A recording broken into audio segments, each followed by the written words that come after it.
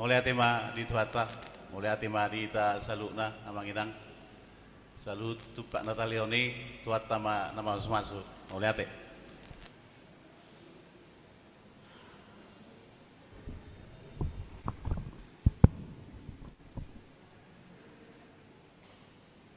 Sebelum kita mulai ibadah kita, mari kita berdoa dalam hati kita masing-masing. Kita berdoa.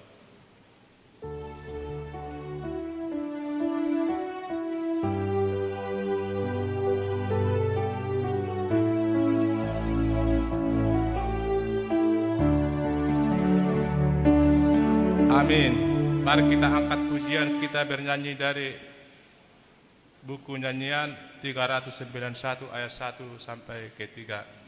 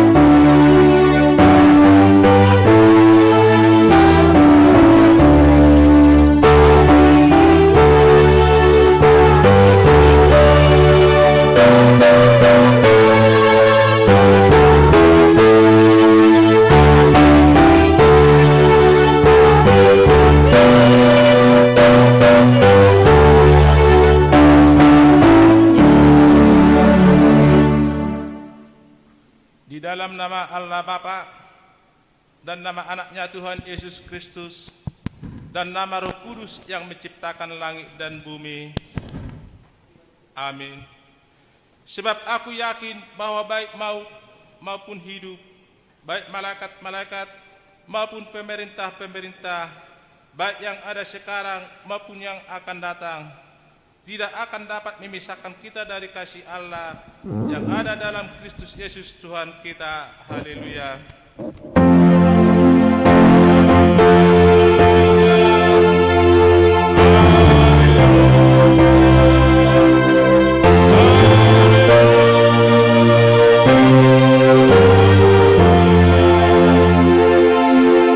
Mari kita berdoa.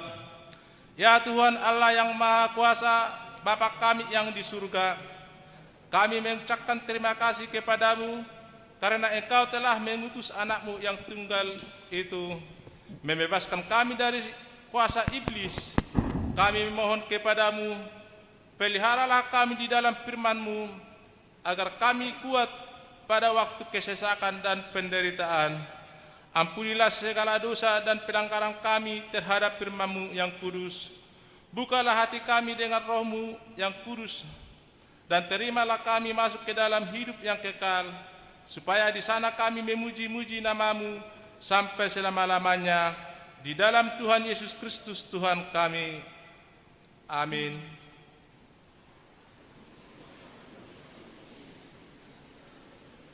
Kita bernyanyi.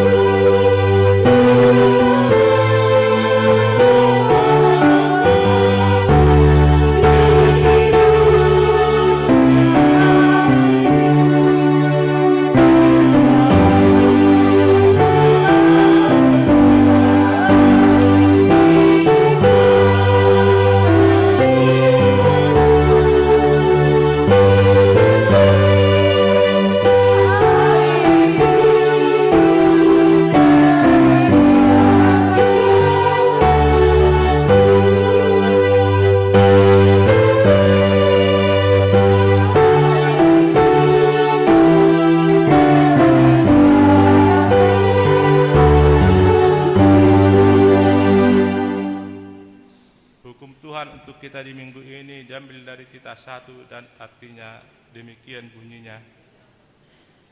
Cerita yang pertama, Akulah Tuhan Allahmu, seru Tuhan kita, tidak boleh ada Allah lain kecuali aku. Maksudnya adalah kita harus lebih takut, lebih kasih dan lebih yakin dan percaya terhadap Allah daripada segala-galanya.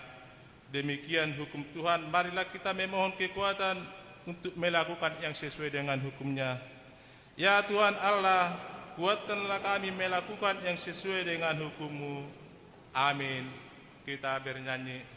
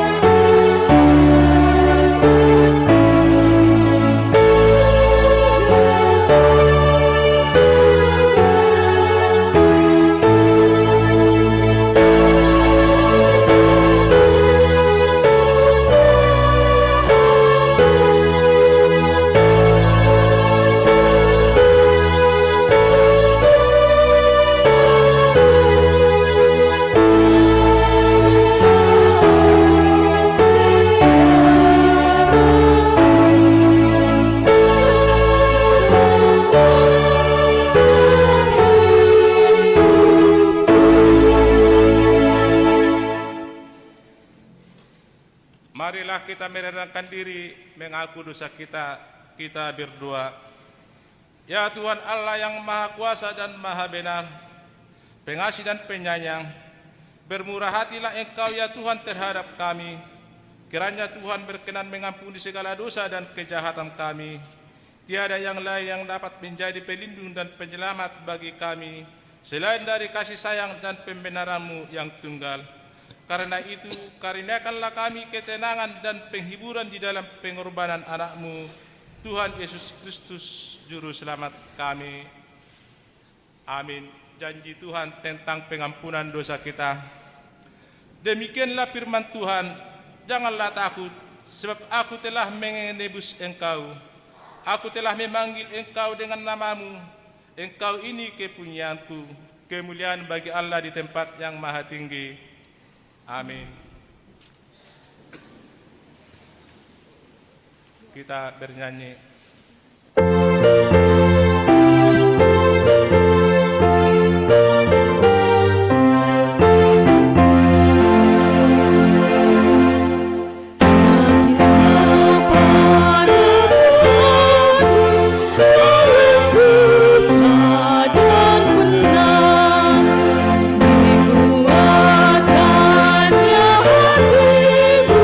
Saat berbenah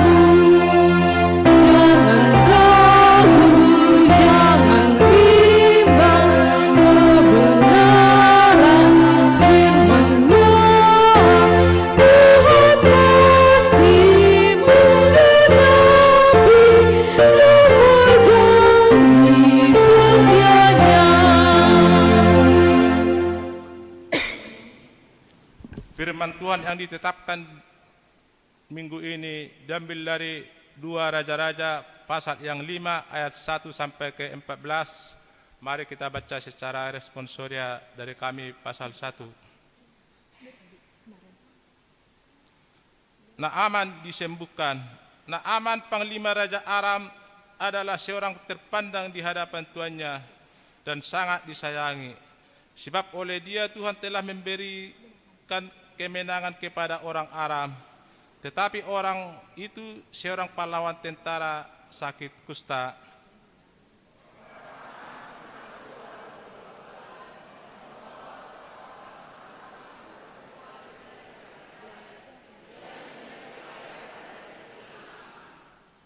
Berkatalah gadis itu kepada nyonyanya, sekiranya Tuanku menghadapi nabi yang di Samaria itu, maka tentulah nabi itu akan menyembuhkan dia dari penyakitnya.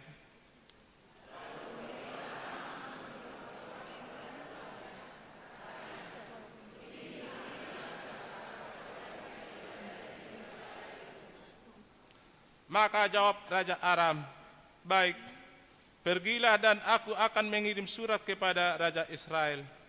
Lalu pergilah Naam dan membawa sebagai persembahan 10 talenta perak dan emas 1.000 sikal dan 6.000 sikal emas dan 10 potong pakaian.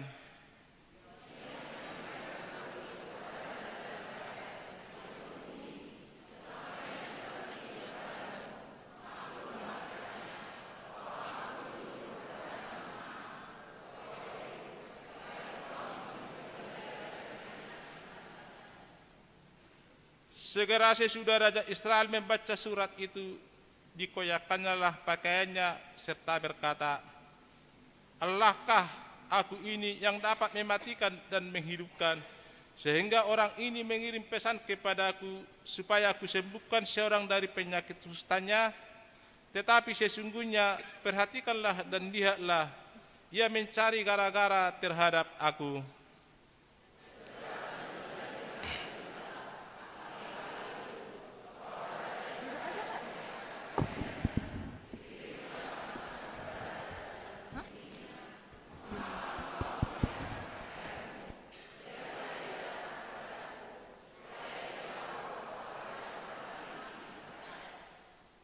Kemudian datanglah Naam dengan kudanya dan keretanya, lalu berhenti di pintu rumah Elisa.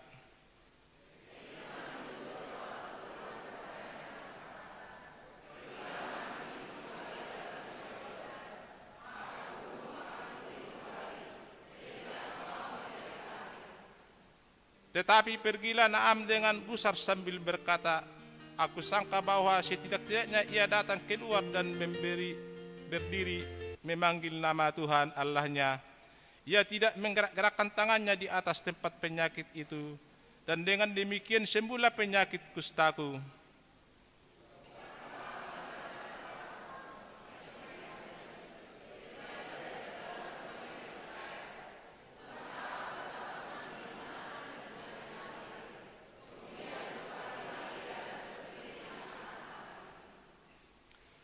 Tetapi pegawai-pegawainya datang mendekat serta berkata kepadanya, Bapak, seandainya nabi itu menyuruh perkara yang sukar kepadamu, bukankah Bapak akan melakukannya?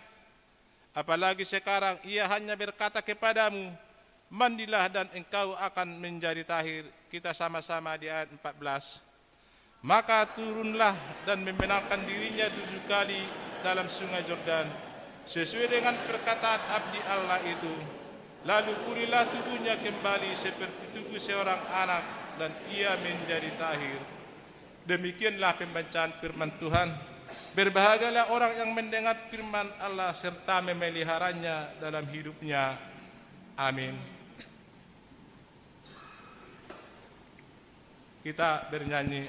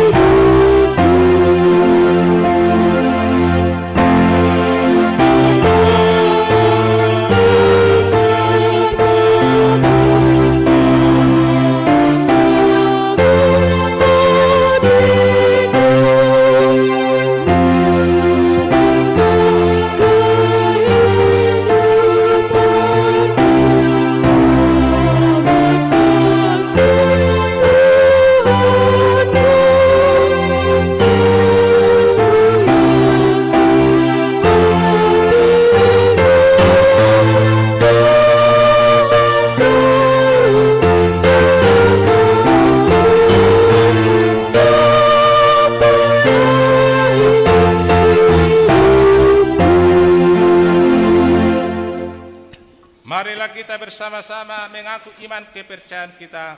Sebagaimana teman-teman seiman di seluruh dunia, kita bersama-sama mengucapkannya. Aku percaya kepada Allah, Bapa yang Maha Kuasa, Khalik langit dan bumi. Aku percaya kepada Yesus Kristus, anaknya yang tunggal Tuhan kita, yang dikandung daripada Roh Kudus, lahir dari anak darah Maria, yang menderita sengsara di bawah pemerintahan Pontius Pilatus, disalibkan, mati dan dikuburkan, yang turun dalam kerajaan maut. Pada hari yang ketiga, bangkit pula di antara orang mati, naik ke surga, duduk di sebelah kanan Allah, Bapa yang Maha Kuasa. Dari sana akan datang kelak untuk menghakimi orang yang hidup dan yang mati.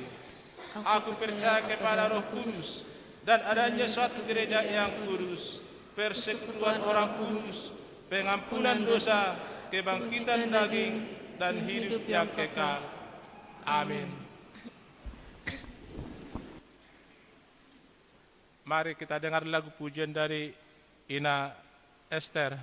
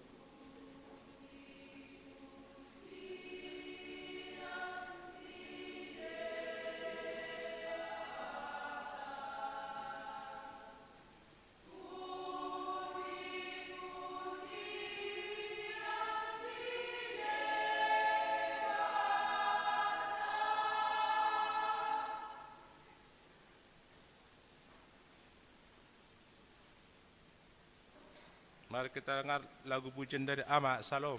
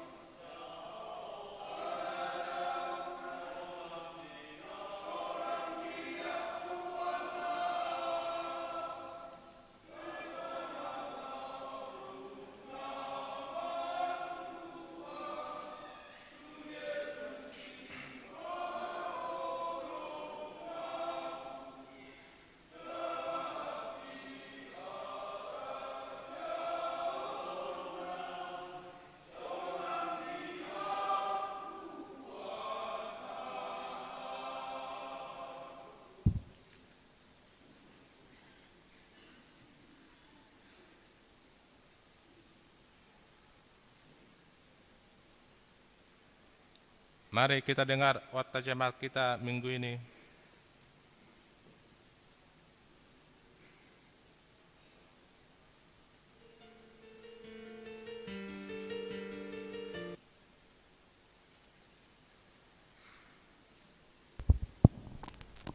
Shalom, selamat hari Minggu buat kita semua.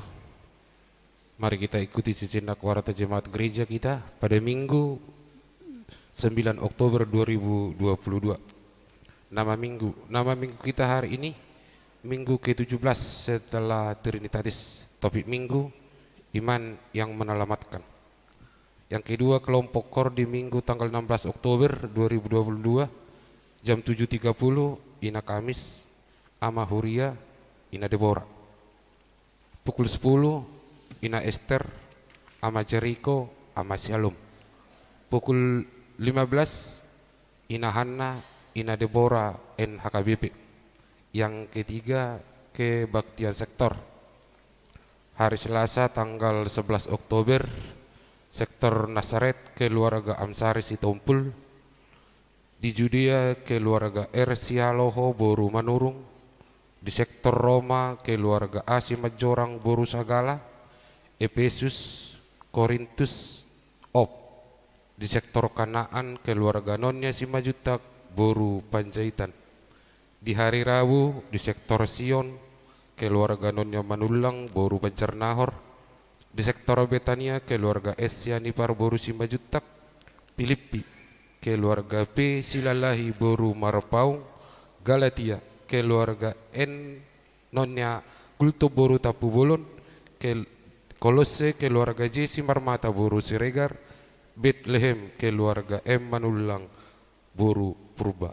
Alamat bisa kita lihat di warta jemaat kita.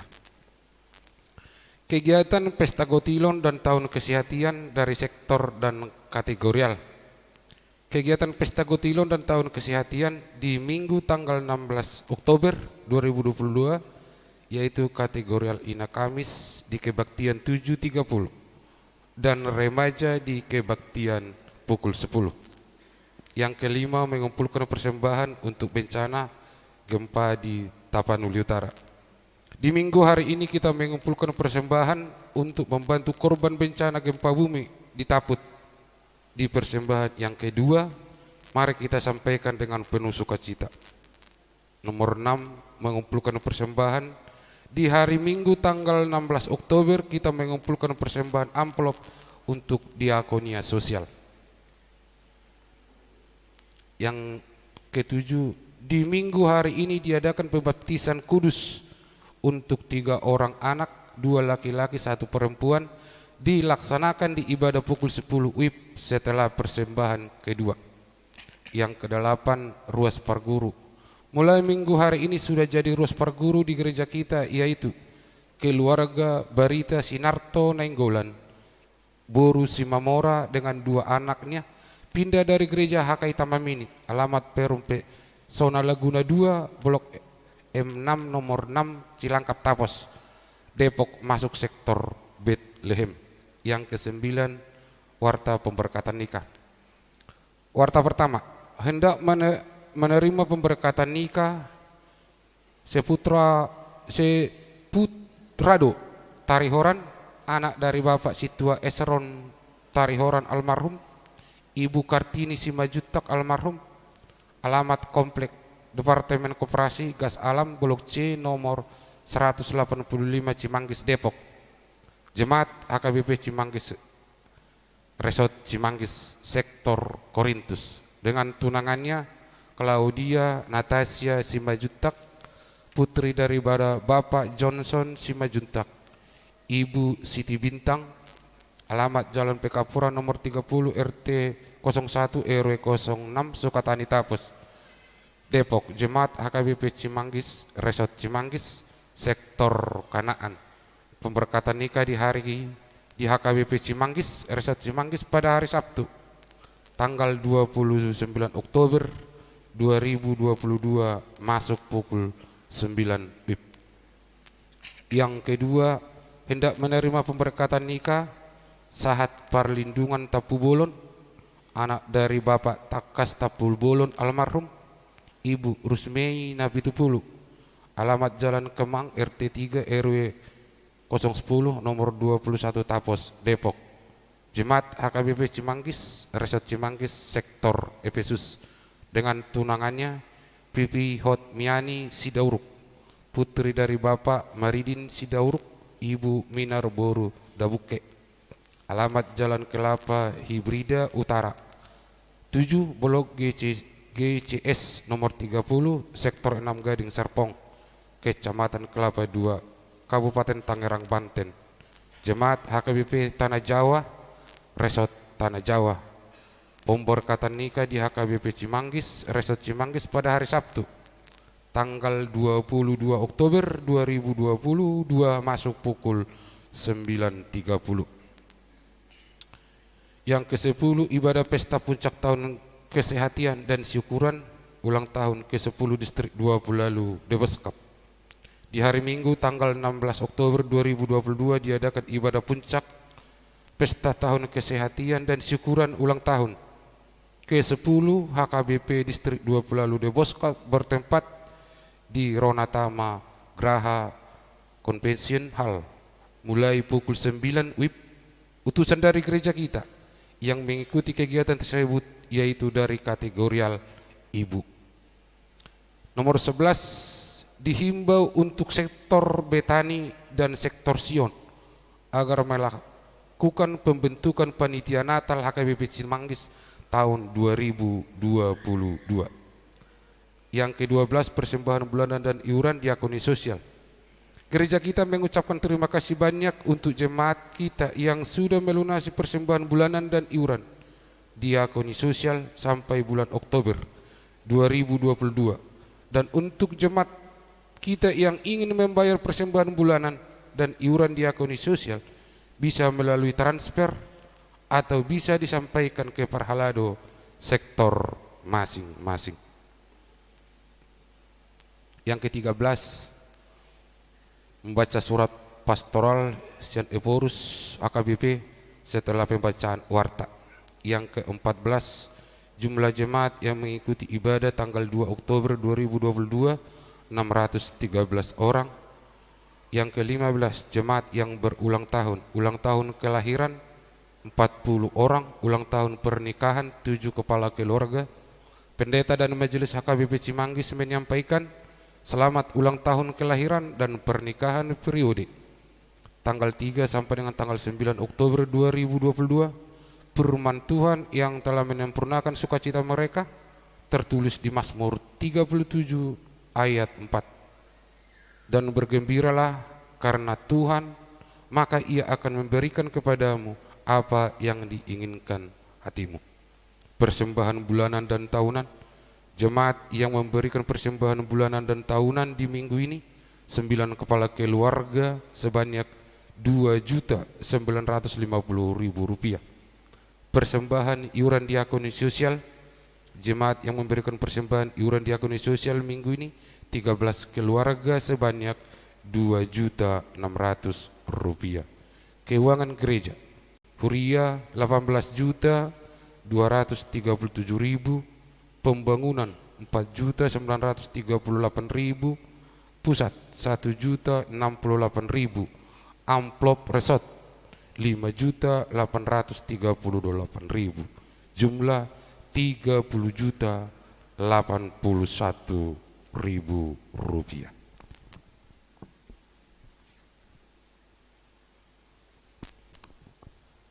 Surat pernyataan Ephorus HKBP mengenai bencana gempa bumi yang mengguncang Tapanuli Utara dan sekitarnya.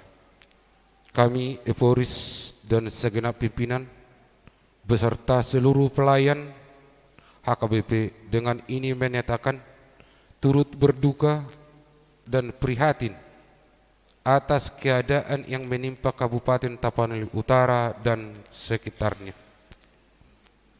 Gempa bumi telah terjadi dengan kekuatan 6,0 skala Richter yang berpusat di Parmonangan, Tapanuli Utara pada dini hari 1 Oktober 2022 pukul 2.28 WIB disertai dengan gempa-gempa susulan hingga pagi harinya. Gempa tersebut tidak saja menimbulkan kerusakan banyak bangunan dan harta benda, namun juga menimbulkan korban luka di kota Tarutung, Siborong-Borong, Aek Raja, Huta Tinggi, Parmonangan, dan lain-lain. Banyak bangunan rumah, warga jemaat, dan masyarakat yang mengalami kerusakan sedang sampai kerusakan tinggi. Sejumlah gereja HKBP seperti HKBP Parmonangan, Saringgit-git, HKBP Huta Tinggi, HKBP Pasurna Pitu, dan HKBP Tarutung Kota mengalami kerusakan cukup parah. Demikian pula sejumlah bangunan HKBP seperti Gedung Raja Patas, Rumah Dinas Eporus di PA Raja Tarutung, juga museum dan arsip HKBP di Semanarim Sipoholon. Sampai saat ini HKBP masih terus menginventarisasi kerusakan yang ditimbulkan. Kuatnya gempa yang terjadi hari ini membuat masyarakat Tapanuli Utara dan sekitarnya mengalami shock dan trauma, sehingga masih banyak warga jemaat dan masyarakat yang ragu dan takut untuk masuk dan mendiami kembali rumah mereka masing-masing. Kami menerukan kepada seluruh warga jemaat HKBP dan seluruh masyarakat agar tetap beriman dan berdoa kepada Allah yang berbelas kasihan, juga bertolong-tolongan dengan sesama dalam kasih dan ketikawanan, dengan tetap waspada serta siaga terhadap gempa susulan yang mungkin terjadi. Untuk meringankan beban para korban, yaitu warga jemaat dan masyarakat serta gereja yang terdampak gempa, kami mengundang uluran tangan dari seluruh saudara-saudari. Bantuan dapat disampaikan melalui lewat rekening kantor pusat HKBP PA Raja, BNI nomor rekening 006-125-4193 atas nama kantor pusat HKBP PA Raja Tarutung. Marilah kita mengingat pesan Tuhan, bertolong-tolonglah, menanggung bebanmu, demikianlah kamu memenuhi hukum Kristus. Galatia 6 ayat 2. Kiranya kasih dan kuasa Allah Tritunggal yang menyertai dan menyelamatkan masyarakat Tapanuli Utara dan Hubang Hasudutan dan sekitarnya. PA Raja Tarutung, 1 Oktober 2022, atas nama pimpinan dan pelayan Huria Kristen Batak Protestan HKBP Eporus Pendeta Dr. Robinson Butar-Butar ditandatangani. Demikian persembahan yang bisa kami utarakan. Jika ada persembahan yang tidak tercantum dalam warta, mohon diinformasikan kepada majelis untuk diperbaiki pada minggu berikutnya. Tuhan Yesus memberkati. Amin.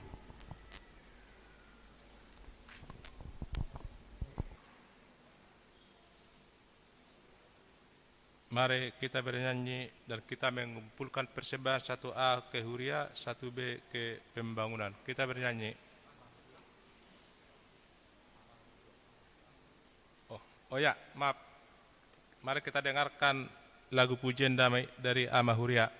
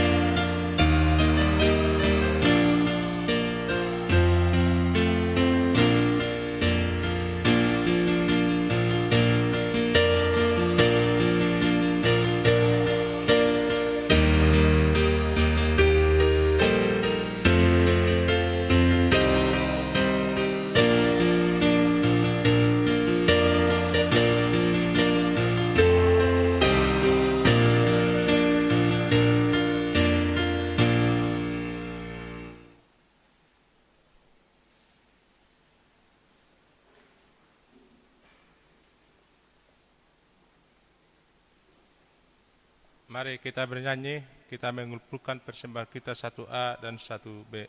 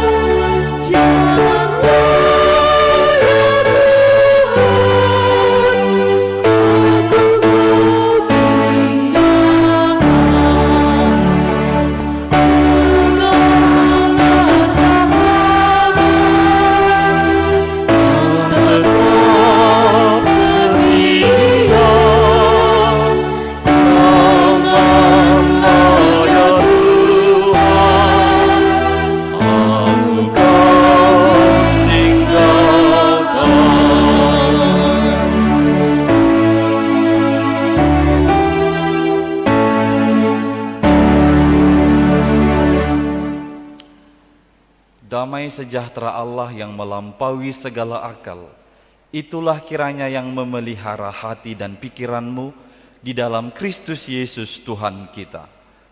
Amin.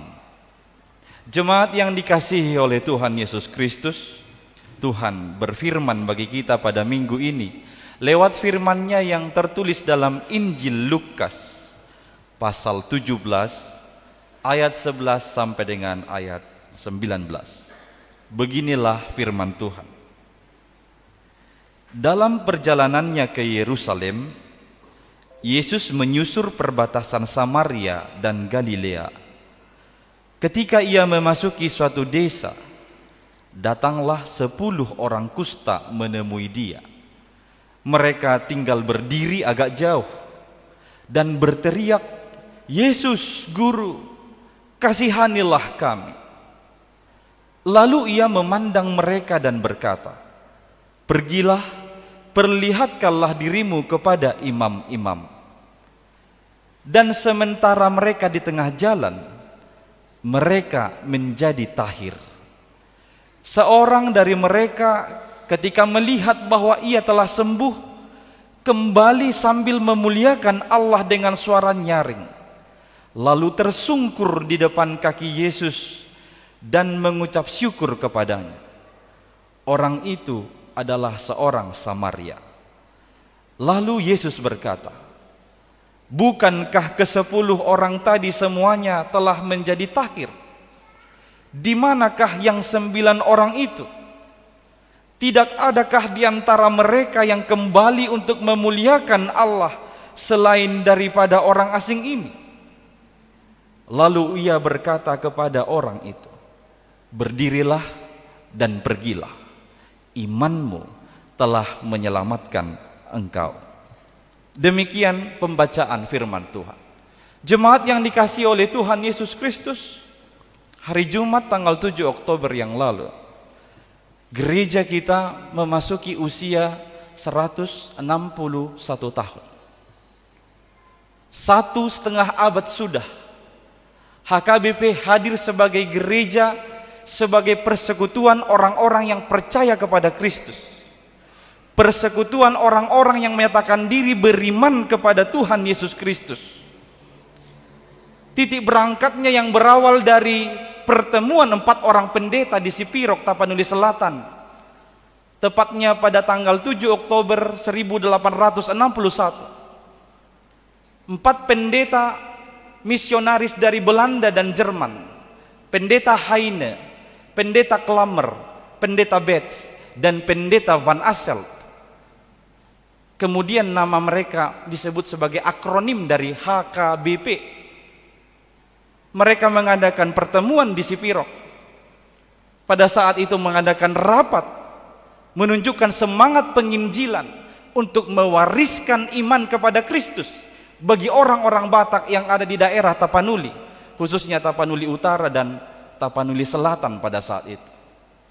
Dan ini yang nanti diteruskan oleh pendeta Dr. Ingwer Ludwig Nommensen, seorang misionaris Jerman, meneruskannya, mewariskan iman kepada Kristus kepada orang-orang Batak yang ada di sekitar Tapanuli.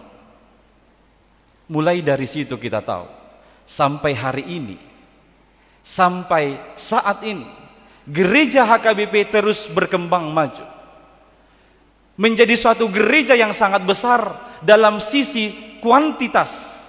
Itu sebabnya kita sering menyebut Huria Nabuloni, HKBP Nabuloni, karena memang secara kuantitas kita tergolong sebagai gereja yang besar di negara Indonesia, termasuk di Asia.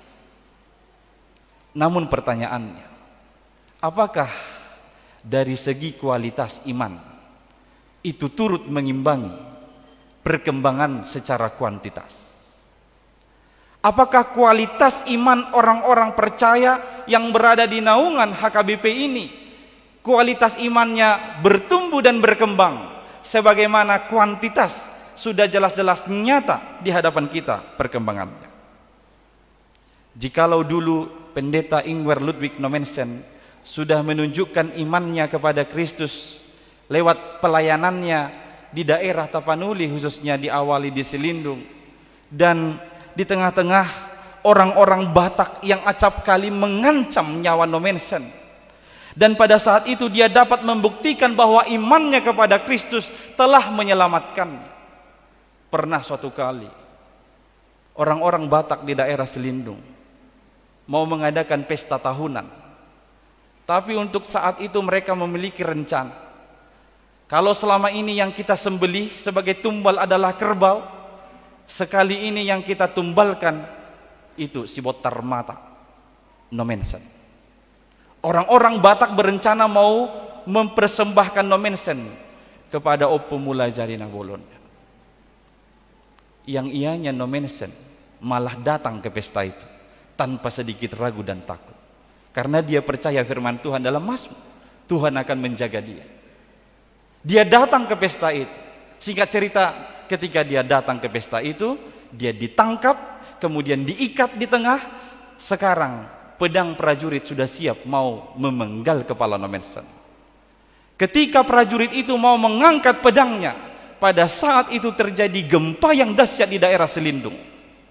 Semua ketakutan, lari berhamburan. Nommensen selamat. Tuhan telah memakai gempa itu untuk menyelamatkan nyawa Nommensen. Apakah Tuhan sedang berencana menyelamatkan sesuatu atau seseorang? Hingga saat ini kenapa masih ada gempa susulan di Tarup? Saya tidak bisa memastikan. Tapi sejarah mengatakan pernah demikian. Saudara-saudari yang dikasihi Kristus, iman Nommensen kepada Kristus justru itu yang menyelamatkannya. Kini dan saya percaya Nommensen masuk surga kelak ketika dia sudah mati. Iman yang menyelamatkan.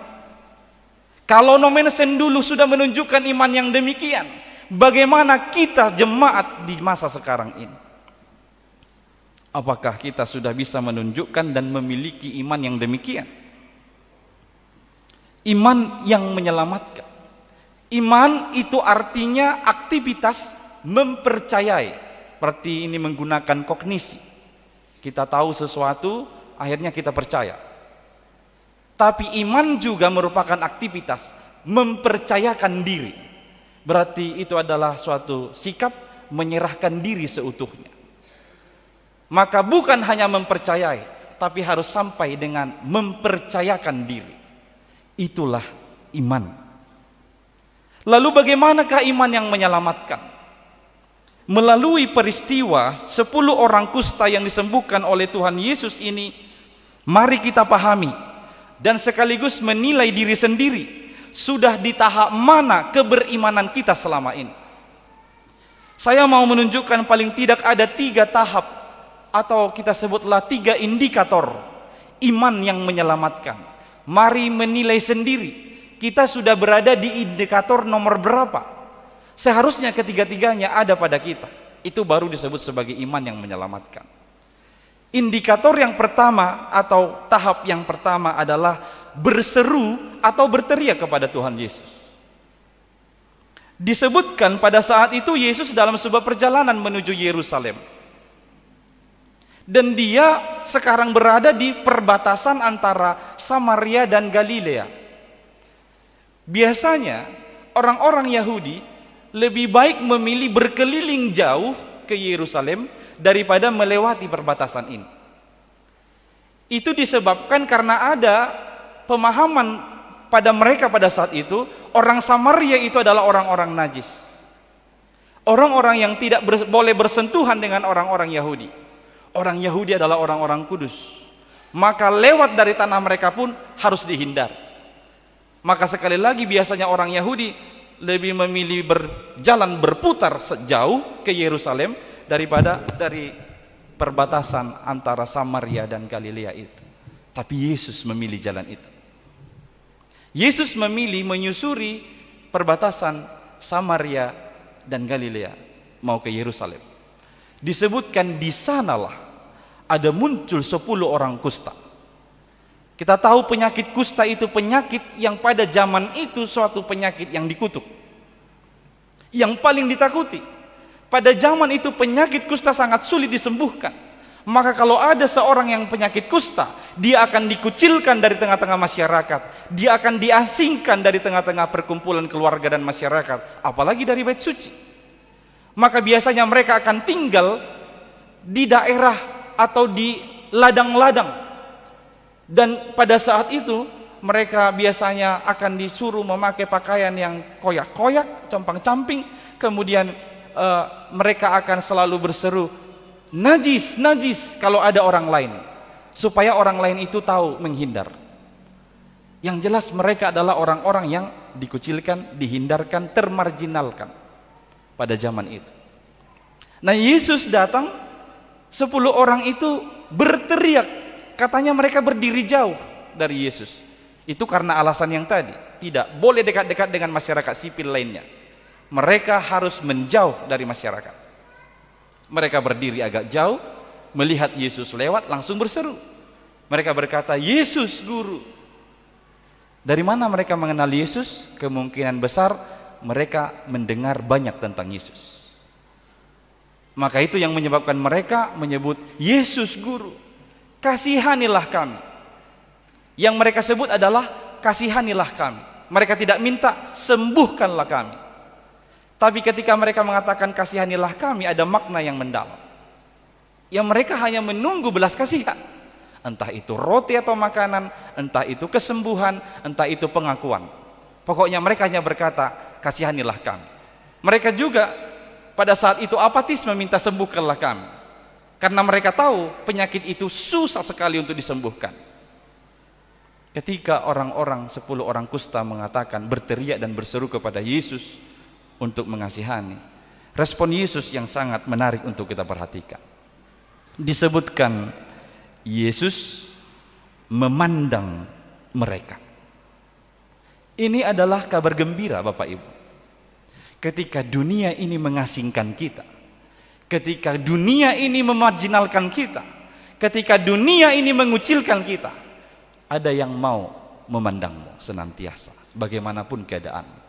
Yesus berteriak berseru kepada dia, dia mau memandangmu bagaimanapun keadaanmu. Walau orang menghindar darimu, walau orang mengasingkanmu, tapi Tuhan Yesus tetap mau memandang kepadamu. Yesus memandang mereka. Berserulah kepada Tuhan Yesus. Sampai di sini, ke-10 orang kusta itu sangat tepat dalam tindakannya. Lalu kita bertanya, apakah mereka sudah dapat disebut beriman? Orang yang berseru dan berteriak kepada Yesus Guru, Tuhan kasihanilah kami, apakah mereka sudah layak disebut sebagai orang-orang yang beriman? Tunggu dulu, belum tentu. Karena bisa saja, karena mereka rasa sakit yang dialami, keadaan sakit dan dikucilkan yang mereka alami, yang membuat mereka berseru pada Yesus. Maka mereka berseru itu supaya sembuh. Masih banyak orang percaya yang berseru kepada Yesus masih sebatas supaya ini, supaya ini, supaya ini. Saya berteriak kepada Yesus minta tolong supaya ini, supaya ini, supaya ini. Maka belum tentu itu orang beriman. Yesus pernah mengatakan dalam Matius 7 ayat 21 sampai 22, kita boleh membukanya. Matius 7 ayat 21 sampai 22. Bukan setiap orang yang berseru kepadaku, Tuhan, Tuhan, akan masuk ke dalam kerajaan sorga, melainkan dia yang melakukan kehendak Bapakku yang di sorga. Pada hari terakhir banyak orang akan berseru kepadaku, Tuhan, Tuhan, bukankah kami bernubuat demi namamu dan mengusir setan demi namamu dan mengadakan banyak mujizat demi namamu juga? Saudara-saudari, ternyata ada orang yang berteriak-teriak berseru kepada Tuhan, tapi belum tentu karena dia beriman kepada Yesus. Maka masih perlu indikator yang kedua, yaitu ketaatan. Setelah Yesus memandang mereka, kemudian Yesus berkata, pergilah, perlihatkan dirimu kepada imam-imam. Mereka pergi. Ini ketaatan. Setelah mereka berseru, berteriak kepada Yesus, mereka mendengarkan perintah dari Yesus untuk pergi, menunjukkan diri kepada imam-imam, mereka pergi. Mereka bersepuluh pergi. Kenapa disuruh Yesus pergi ke imam-imam? Karena memang pada zaman itu, untuk mendapatkan sertifikat sembuh hanya lewat imam. Seorang penyakit kusta baru boleh berbaur kembali ke masyarakat, masuk ke bait suci dalam ibadah kalau dia sudah memiliki sertifikat sembuh dari imam. Itu sebabnya Yesus menyuruh mereka, pergilah tunjukkan dirimu kepada imam-imam. Nanti kalau orang-orang yang sudah menyatakan diri sembuh dari kustanya akan bertemu dengan imam, dia akan dikarantina selama 7 hari kurang lebih. Nanti dia akan disuruh untuk mempersembahkan persembahan khusus sebagaimana tertulis dalam Imamat 13 dan Imamat 14. Kemudian dia akan benar-benar ditahirkan secara ritual, baru dia dikatakan sembuh. Maka itu alasan mengapa Yesus menyuruh mereka, pergilah tunjukkan dirimu kepada imam-imam. Mereka pergi. Yang mau kita tegaskan ketaatan mereka bersepuluh. Mereka pergi tanpa sanggahan, mereka pergi tanpa embel-embel. Mereka tidak ada yang komplain berkata, bagaimana kami pergi ke imam? Kami aja masih begini dalam keadaan sakit kusta. Orang yang pergi ke imam itu orang yang sudah mulai pulih. Ini kami belum ada apa-apa. Tapi tidak ada yang mengatakan demikian. Mereka bersepuluh pergi begitu saja, mengikuti perintah Tuhan Yesus. Ini ketaatan. Melakukan perintah Tuhan Yesus walau itu belum mereka ketahui bagaimana kelak. Tapi sekali lagi mereka tidak menyanggah sedikit pun, mereka tidak menolak sedikit pun, mereka taat pada perintah Tuhan Yesus. Ini luar biasa. Saat itulah terjadi kuasa Yesus menyembuhkan penyakit mereka. Ketika mereka berjalan, mungkin sudah dalam rasa hati yang menggebu-gebu bagaimana nanti bertemu dengan imam. Mereka berjalan dan berjalan, di tengah jalan tiba-tiba hilang itu sakit kulitnya. Tiba-tiba kusta itu hilang dari tubuh mereka bersepuluh. Mereka berjalan dan melihatlah, kenapa jadi sembuh? Yang 9 orang itu bersorak-sorai, kami sudah sembuh, kami sudah sembuh. Mereka berjalan terus. Tapi yang 1 orang tidak. Sampai di situ kita lihat bahwa Tuhan memang sering melakukan mujizatnya di luar dugaan kita. Terkadang Yesus hanya menggunakan air ludah bisa sembuh. Orang buta bisa melihat. Yesus hanya mengatakan perkataan, dia sembuh. Ketika tidak ada harapan, ada seorang yang duduk di tepi sungai yang tidak sembuh-sembuh, Tuhan hanya bilang, bangkitlah engkau, lipat tikarmu, dia sembuh. Terkadang ada yang disentuh langsung, ada yang tidak diapa-apain. Tetapi kuasa Tuhan itu yang mau ditonjolkan di sana. Saudara-saudari, nomor 2 ini ketaatan. Sekarang kalau sudah kita berseru kepada Yesus Kristus, kita sudah taat kepada firman-Nya dan perintahnya, apakah sudah dapat disebut sebagai orang beriman? Tunggu dulu, belum tentu. Karena bisa jadi mereka bersepuluh pergi begitu saja, itu karena rasa rindunya untuk sembuh. Kita tahu kalau kita sudah mengalami penyakit, apapun kita kerjakan. Sepahit apapun makanan, minuman, kita akan rela meminumnya, memakannya, dengan harapan kita ini sembuh. Apapun yang disuruh orang, pasti kita lakukan. Yang penting sembuh. Jangan-jangan mereka bersepuluh begitu. Pergi begitu saja karena harapannya yang penting aku sembuh, udah pergi saja. Maka belum tentu itu mereka disebut sebagai orang beriman. Itu sebabnya kita masih perlu indikator yang ketiga, yakni tersungkur di depan kaki Yesus. Ini yang ketiga dan yang terakhir, tersungkur di depan kaki Yesus. Setelah 10 orang tadi sembuh saat di tengah jalan, tampaklah jelas siapa yang sungguh-sungguh beriman kepada Yesus, siapa yang tidak. Yang 9 orang sudah bahagia, kulitnya kembali seperti muda dan sembuh. Mereka meneruskan perjalanannya. Mungkin mereka nggak sabar lagi ketemu dengan istri, anak, keluarga. Mereka nggak sabar lagi bertemu dengan teman-temannya dan masyarakat luas. Mereka nggak sabar lagi untuk bisa berkumpul di tengah-tengah bait suci.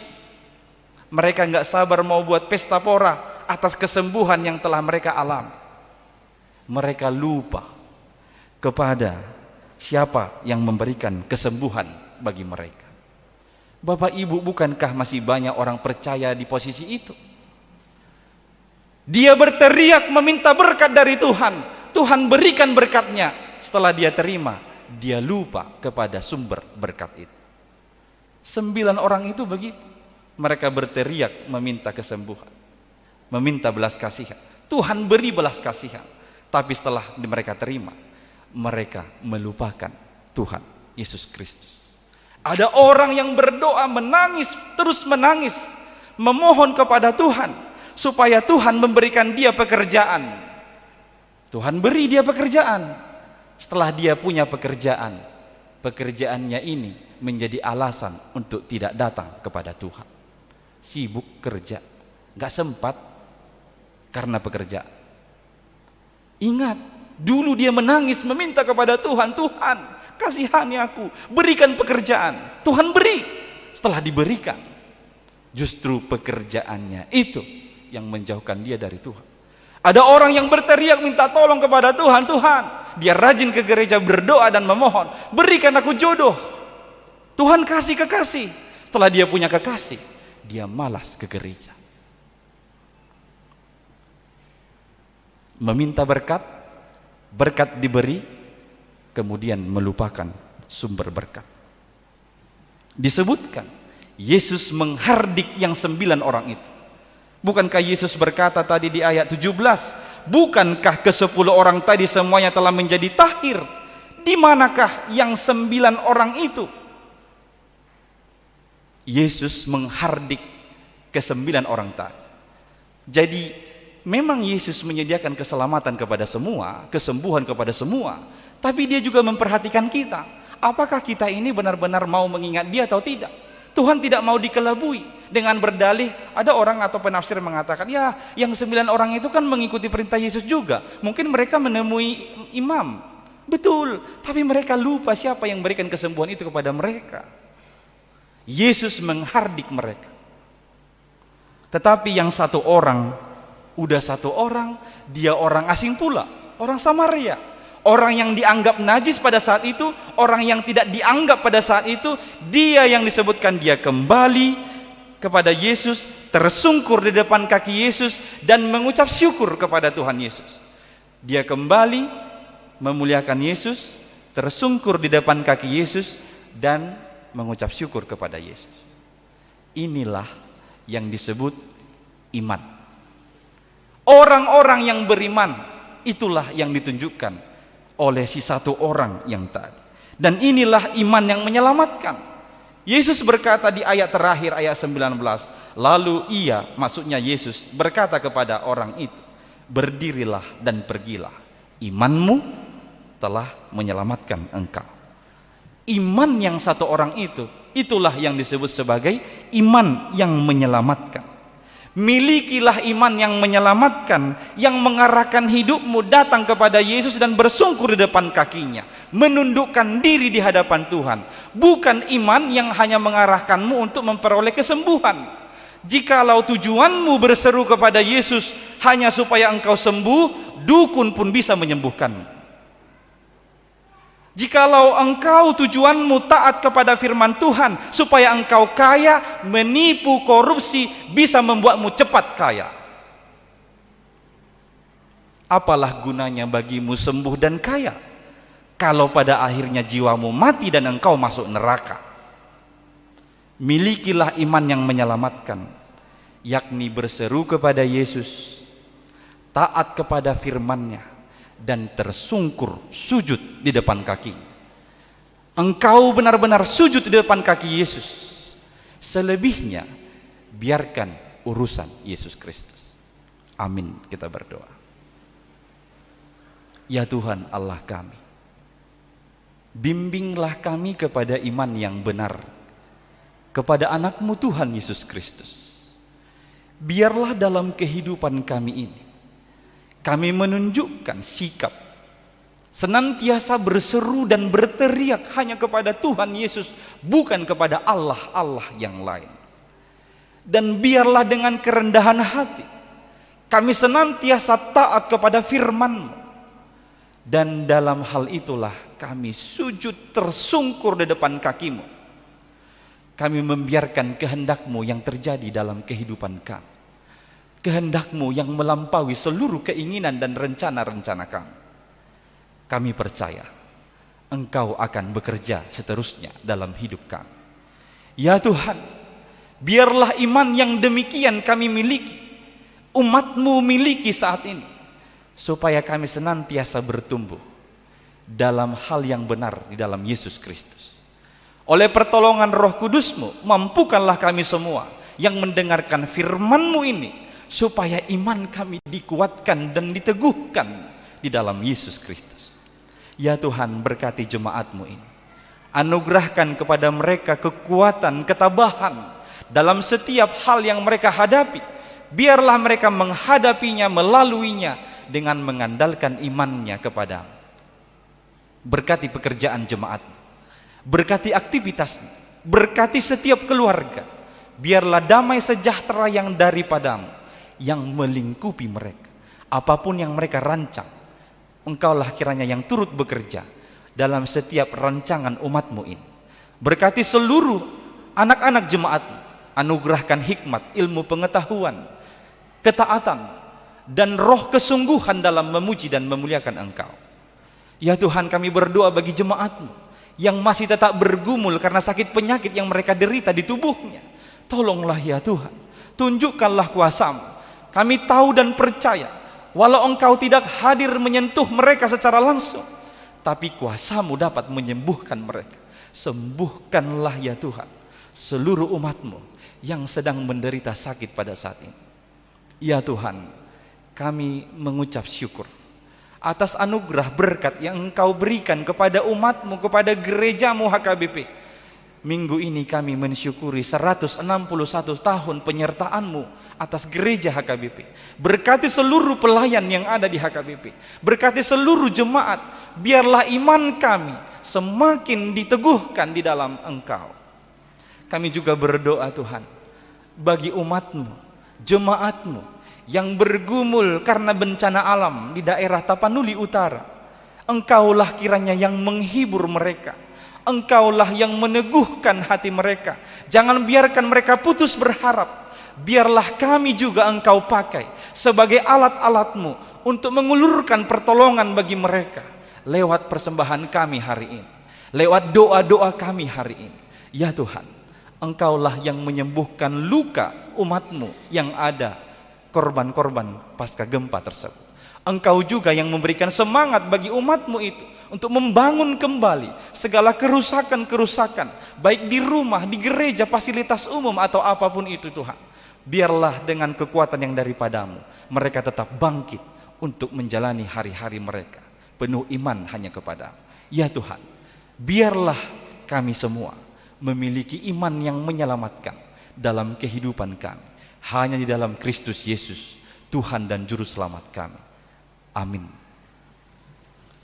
Kita bernyanyi sambil mengumpulkan persembahan yang kedua dan tali kasih kita kepada korban bencana alam di Tapanuli Utara.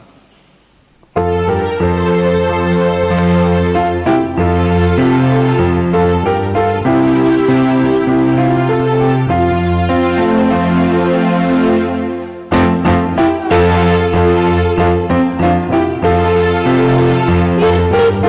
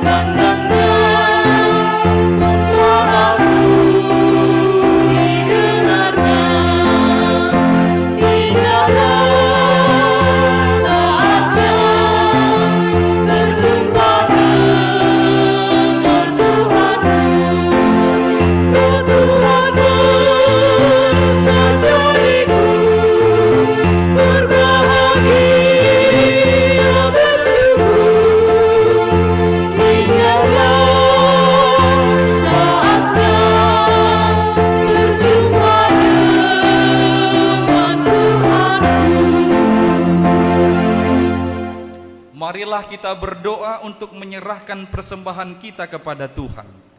Ya Allah Bapa kami yang di surga, kami mengaku bahwa Tuhan adalah sumber dari segala karunia yang melimpah dalam kehidupan kami masing-masing. Sebahagian daripada karunia itu kami serahkan kembali sebagai persembahan kepada Tuhan.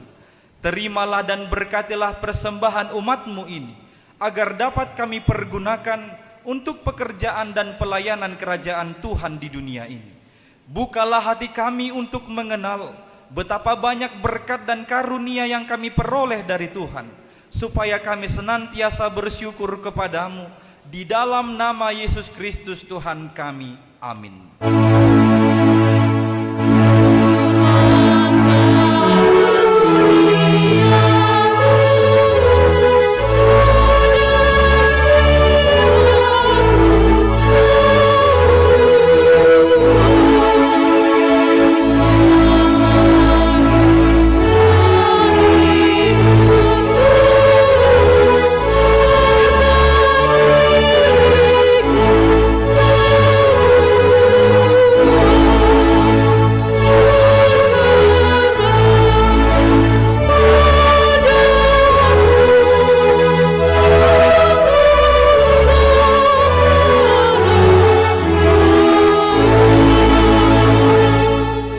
Bapa kami yang ke dalam pencobaan, tetapi lepaskanlah kami daripada yang jahat.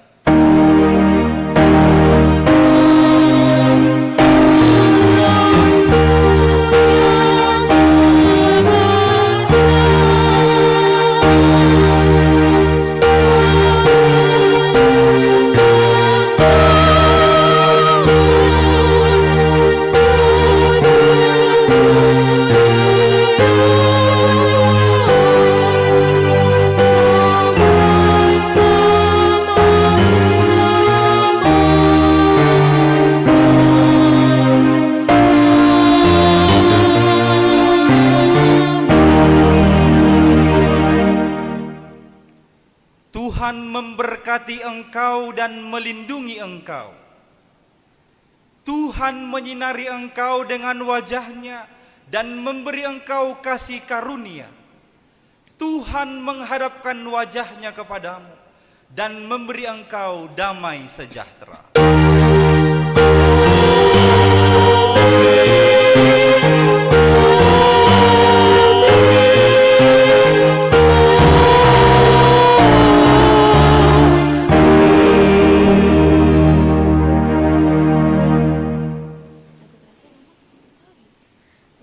Shalom, selamat hari Minggu bagi kita semua.